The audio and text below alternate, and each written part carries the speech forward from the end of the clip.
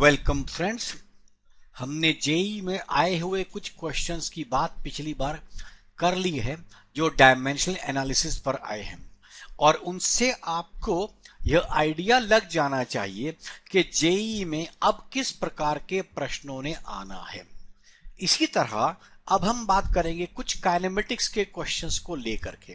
देखिए, national testing agency ने जो अपना परफॉर्मा बनाया है, इससे आपको एक आइडिया लग जाएगा कि किस प्रकार के क्वेश्चंस को वो पूछने वाले हैं, और इसी को लेकर हमने उन क्वेश्चंस को छांटा है जिस प्रकार के क्वेश्चंस बार बार पूछे जाते हैं, ताकि आपको आइडिया लग सके कि कौन से क्वेश्चंस इस टाइप के पूछने वाले हैं। आइए अब हम बात करते हैं काइनेमेटिक्स की।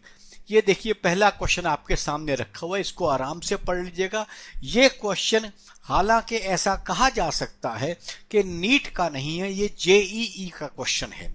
बहुत से क्वेश्चन कॉमन कहे जा सकते हैं जो नीट और जेईई के हैं, लेकिन ये क्वेश्चन जेईई का बताया जा सकता है क्योंकि इसमें थोड़ा मैथमेटिकल कैलकुलेशन का पार्ट है। आइए क्वेश्चन देखिए।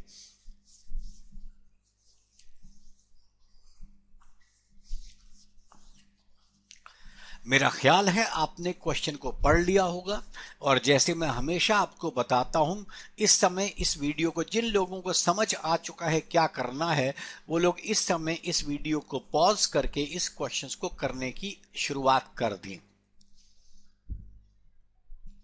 अब जिन लोगों को ये समझ नहीं आया कैसा करना है, उनको अब मैं हिंट दूंगा, तो मेरी हिंट देखने के बाद आप इस क्वेश्चन को ट्राई करना शुरू कर सकते हैं, और अगर उसके बाद भी नहीं निकला तो आप इत्मीनान से मेरा डिटेल्ड सॉल्यूशन देखिएगा। देखिए, हमारे पास यहां पर एक एक्सेलरेशन का रिलेशन x के साथ दिया हुआ है। अब एक्सेलरेशन क्या होता है? dv/dt। क्योंकि मेरा एक्सप्रेशन t पर न होकर के x पर है, तो मुझे किसी तरह dv/dt को x में कन्वर्ट करना है। तो हम क्या करते हैं, आपको पता है, ऐसे क्वेश्चंस में dv/dt को ऊपर नीचे मल्टीप्लाई dx से कर दिया करते हैं, ताकि वो एक्सप्रेशन dv/dx इंटू dx/dt बन जाए। और उसके बाद आपको पता है dv/dt को हम लोग dx/dt को हम लोग वेलोसिटी लिख सकते हैं, और इसकी मदद से आप पूरा क्वेश्चन वेलोसिटी और डिस्प्लेसमेंट में एक्सप्रेशन बन जाएगा। फिर हम उसको निकाल लेंगे। जिनको अब समझ आ चुका है वो अब ट्राई कर लें, और जिनको अभी भी कुछ परेशानी रही है उनके लिए मैं अब आपके सामने सॉल्व कर रहा हूं। देखिए हमारे पास क्या है, अब आप देखते रहिएगा। पहली चीज हमारे पास ma-α(x²) आया है, इसको मैंने dv/dx इंटू dx/dt कर दिया, क्योंकि ओरिजिनली एक्सेलरेशन क्या होता है? dv/dt। तो मैंने कहा इसको dv/dx इंटू dx/dt कर देते हैं। इससे क्या फायदा हुआ? dx/dt बिकम्स वेलोसिटी, सो dv/dx बिकम्स वेलोसिटी, उसको हमने v कर देना है, और इस तरह हमने किसको कर दिया। अब आपको पता है वैल्यू हमारे पास इनिशियल से फाइनल के बीच में हमने काम करनी है। फाइनल हमारे पास 0 है, इनिशियल v0 है, हमने साइन उल्टे लगा दिए, तो आपको पता है इनिशियल से हमें डिस्टेंस पूरा निकालना है। पूरा खेल इसी बात का हमें करना है। v0 से 0 आने में डिस्टेंस 0 से कहां पहुंचा, हमें बस वही निकालना है। आइए अब यहां रखा जाए, इसको इंटीग्रेट किया जाएगा, तो v dv का इंटीग्रल v0²/2 है, और x² वाले का इंटीग्रल x³/3 है। जब आप इसमें एक वैल्यू 0 और एक v0 रखेंगे, आपको पता है x की वैल्यू हमारे पास क्या आ जाएगी? 3mv02/2α। अब इसका ऑप्शन का आंसर आप कह सकते हैं कि इसका ऑप्शन हम लोग 3 नंबर देंगे, बिकॉज इसके ओरिजिनल क्वेश्चन में इन्होंने m को कहीं गायब कर दिया, किसी गलती से रह गया होगा। तो लेकिन आपको ये क्वेश्चन करना आना चाहिए। तो अब जिन लोगों ने अब ये क्वेश्चन सीखा है, अब ये क्वेश्चन समझा है, वो जरा एक बार फिर से इस क्वेश्चन को अपने दिमाग में डाल लें। हमने इसमें क्या किया, और जैसे मैंने आपको बताया, ये क्वेश्चन इस समय हम इस क्वेश्चन को जेईई का क्वेश्चन बता सकते हैं। हाँ, नीट का हमें अभी नहीं कहना चाहिए, क्योंकि इतनी कैलकुलस ओरिएंटेड क्वेश्चन नीट में नहीं होते हैं। चलिए, अब आप जब ये समझ गए हैं तो आप अगला क्वेश्चन देखिए। ये क्वेश्चन 2402 का सेकंड शिफ्ट का क्वेश्चन है। ये बहुत ही आसान क्वेश्चन है और ये क्वेश्चन आप जेईई और नीट इन दोनों में आप मान सकते हैं। देखिए इसमें हमको दिया क्या है, वेलोसिटी टाइम ग्राफ आपको दे दिया है, v वर्सेस t का ग्राफ है और एक्सेलरेशन आपके सामने इसने 4 दे दिए। अब ध्यान दीजिएगा, अब A से M के चक्कर में आपको पता है A से M के चक्कर में हमारी वेलोसिटी फ्रॉम पॉजिटिव से नेगेटिव आ रही है और VT ग्राफ का जो स्लोप होता है, VT ग्राफ का जो स्लोप होता है वो एक्सेलरेशन बताएगा।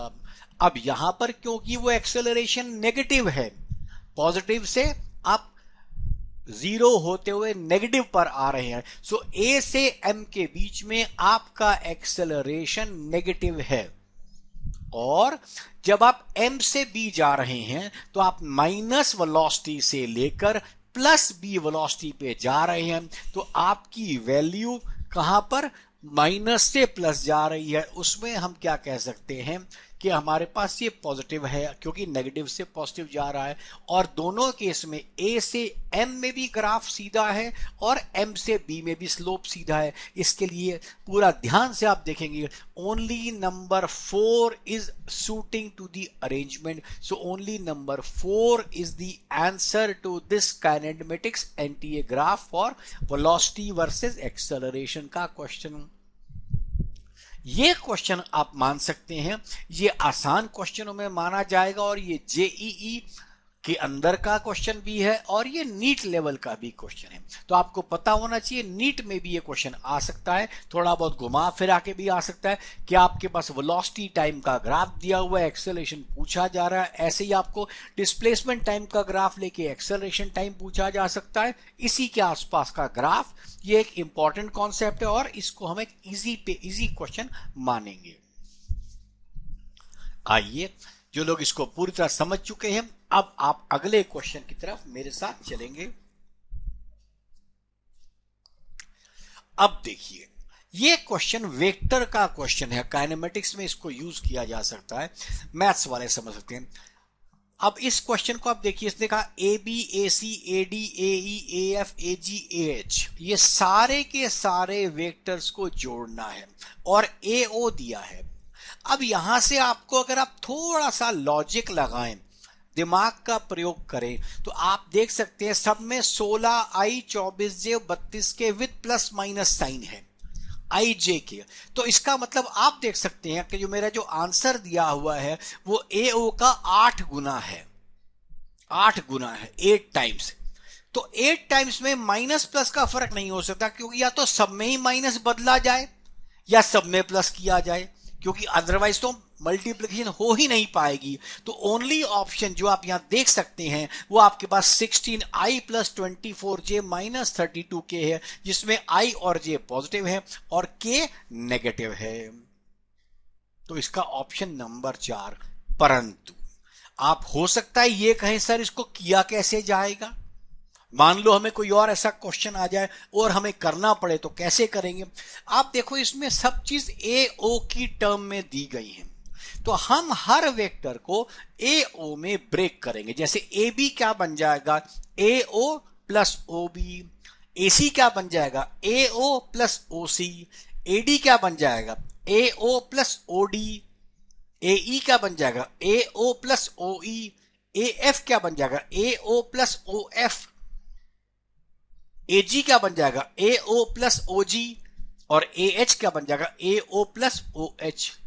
अब यहां पर थोड़ा समझिए, आपको अभी समझाता हूं, इन सबको लिख के करना बड़ा लंबा है, आप अभी समझिए। ए एच देखो क्या है, ए ओ प्लस ओ एच,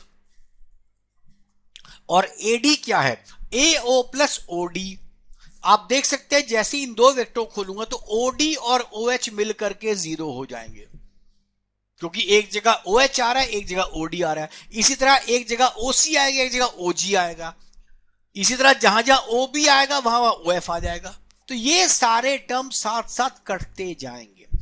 तो करना क्या है, ये देखिए, आपने इसको लिखा, ऐसे ही ए सी को लिखा, ऐसे ही आपने ए एफ को लिखा। ये मैंने समझाने के लिए आपको ए एफ वाला टर्म ले लिया। अब ए एफ की में क्या है, ए ओ प्लस ओ एफ, अब आप जानते हैं जहां पर OB है, OB plus OF will become 0। ऐसे ही सारे वेक्टर्स को लिख लेंगे और लिखने के बाद आपके पास अंत में क्या आने वाला है, 7 टाइम्स AO प्लस OE। अब AO और OE दोनों बराबर हैं, सेम वेक्टर हैं, इसको हम 8 AO लिख सकते हैं, तो 8 से हमने मल्टीप्लाई कर देना है, ये इसका आंसर आ जाएगा। तो मैंने आपको इसका आंसर एक लॉजिक से भी समझाया कि आप सिर्फ ऑप्शन देख के समझ सकते हैं, परंतु यदि निकालने का भी आप दिल चाहे तो आप आराम से इसको निकाल भी सकते हैं। आइए आगे चलें। चलिए अगला क्वेश्चन देखिए। यह क्वेश्चन भी आसान ही माना जाएगा। एक पत्थर को आपने ड्रॉप किया, पहले आप पूरा क्वेश्चन आराम से पढ़िए। पत्थर को ड्रॉप किया, जब 5 सेंटीमीटर नीचे पहुंचा तो 25 मीटर नीचे से एक और पत्थर चला और दोनों नीचे साथ साथ पहुंचे। आपको हाइट ऑफ बिल्डिंग बतानी है। जिनको ये क्वेश्चन करना समझ आ गया वो करना शुरू कर दें, वीडियो को कर दें पॉज। अब जिनको ये समझ नहीं आया उनके लिए मैं बताऊंगा। देखिए ऊपर से बॉडी ड्रॉप करके जब आ रही है तो 5 मीटर चलने में इसको कितना समय लगता है, मैंने अपने बार बार काइनेमेटिक्स के वीडियोस में समझाया है। 5 मीटर के लिए 5t² बने 1 सेकेंड। तो सबसे पहले आपको यह पता होना चाहिए, in travelling 5 metre it takes 1 second बने 5t²। इससे आएगा S is equal to UT plus half AT²। से U तो है ही नहीं बिकॉज बॉडी को ड्रॉप किया। इसका मतलब क्या हुआ, 1 सेकेंड के बाद क्या होगा, अब समझिए। 1 सेकेंड के बाद ऊपर वाली बॉडी S चल रही है तो नीचे वाली बॉडी को S-25 चलना है, और टाइम क्या है 1 सेकेंड कम, क्योंकि वो 1 सेकेंड बाद चला है। ये पहले वाला 5 मीटर सिर्फ ये बताने के लिए दिया गया है कि 1 सेकेंड के बाद दूसरी बॉडी 25 मीटर नीचे से चली है। तो देखिए पहली वाली बॉडी ऊपर वाली आएगी 5t² और नीचे वाली के लिए मैंने टाइम t-1 किया, तो S-25 will be 5 times t-1 का होल स्क्वायर। इनको अब भी समझ आ गया वो कर सकते हैं। इसकी वैल्यू को सब्स्टिट्यूट कर दीजिए और t निकाल लीजिए, फिर t को वैल्यू में पुट कर दीजिएगा। ये देखिए, और t की वैल्यू 3 सेकेंड आ गई। हमने किसी में वैल्यू पुट कर दी तो हमारे पास 45 मीटर इसका डिस्टेंस आ गया। मुझे लगता है ये भी आसान क्वेश्चन आपको लग गया होगा। ये देखिए जेई का इजी क्वेश्चन था। अब आइए एक कदम और आगे चलते हैं अगले क्वेश्चन के ऊपर। आइए, ये काइनेमेटिक्स का वो क्वेश्चन है जो प्रोजेक्टाइल के ऊपर है। जरा आराम से इस क्वेश्चन को 1 मिनट पढ़ लीजिए। इक्वेशन ऑफ प्रोजेक्ट ट्रेजेक्ट्री पर ये क्वेश्चन है, आराम से देखिए।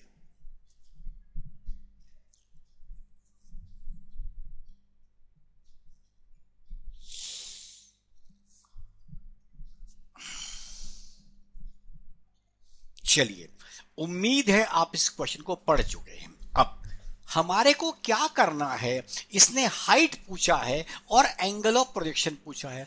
अपने को नॉर्मली हाइट की वैल्यू मालूम है। हाइट क्या होता है, u² sin² theta upon 2g। तो मुझे u² चाहिए, sin² थीटा g और 2g चाहिए। और एंगल क्या होता है वो आपको पता है, x tan थीटा करके आता है। तो सबसे पहले आइए प्रोजेक्टाइल का ट्रेजेक्ट्री का इक्वेशन लिखते हैं। ये अब सबसे पहला जो x का कोफिशिएंट है वो यहां पर tan थीटा है, परंतु वहां पर अल्फा है। तो पहली चीज मेरे पास क्लियर हो गई कि tan थीटा अल्फा के बराबर है। तो थीटा क्या बन जाएगा, tan इनवर्स अल्फा। तो मेरे पास ऑप्शन यहां पर पहली, तीसरी, चौथी में से एक है, दूसरी स्ट्रेट अवे रिजेक्ट हो गई। अब हमें इसके आगे काम करना है। आगे में आप देखिए बीटा की वैल्यू किसके बार, क्योंकि बीटा किसका कोफिशिएंट, x² का। यहां पर x² कोफिशिएंट क्या है, g/2 u² cos² थीटा। तो g/2 u² cos² theta beta के बराबर होगा। ये पहली चीज आ गई। अब ये देखिए, और मुझे क्या चाहिए, u² upon 2 u² sin² theta upon 2g। याद है, u² sin² theta upon 2g। तो मैंने ये निकाला, u² बाई जी पहले निकाल लिया, और you square sine square theta upon 2g, मैंने साइन स्क्वायर थीटा ऊपर मल्टीप्लाई किया और नीचे 2 से और कर दिया, तो ऊपर जैसे साइन स्क्वायर से मल्टीप्लाई किया जाएगा तो ये बन जाएगा sine square upon cos square which is tan square theta. और आपको पता है tan थीटा किसके बराबर है? अल्फा के। तो मैंने you square sine square theta upon 2g कर दिया, साइन स्क्वायर थीटा से ऊपर मल्टीप्लाई कर दिया, नीचे एक 4 एक्स्ट्रा कर दिया। अब sine square by cos square बन गया tan square which is alpha square, तो आएगा अल्फा स्क्वायर अपॉन 4 बीटा। ये इसकी हाइट आ गई। तो ये क्वेश्चन थोड़ा सा आप इसको ऊंचा कह सकते हैं, परंतु ज्यादा नहीं है। हाँ, लेकिन इसमें कैलकुलेशन है, मुश्किल नहीं है। ये कहा जा सकता है कि ये इसकी उम्मीद नीट में आने की थोड़ी सी कम है, पर जेई में इस टाइप का क्वेश्चन बड़ा सीधा ट्रेजेक्टरी की इक्वेशन पर आपने यूज करना है। इस क्वेश्चन को एक बार और अपने माइंड में पूरा बिठा लीजिए। आइए अब अगले क्वेश्चन पे चलें। ये देखिए, एक स्कूटर एक्सेलरेट करता है, जरा आप पढ़िए आराम से।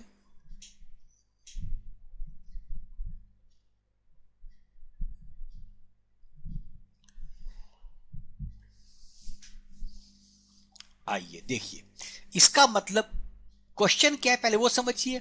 बॉडी पहले एक्सेलरेट होकर मैक्सिमम वेलोसिटी पर जा रही है और उसमें कांस्टेंट रेट इसका एक्सेलरेशन का अल्फा है, a1 है, और फिर रिटार्डेशन कर रही है वो a2 है।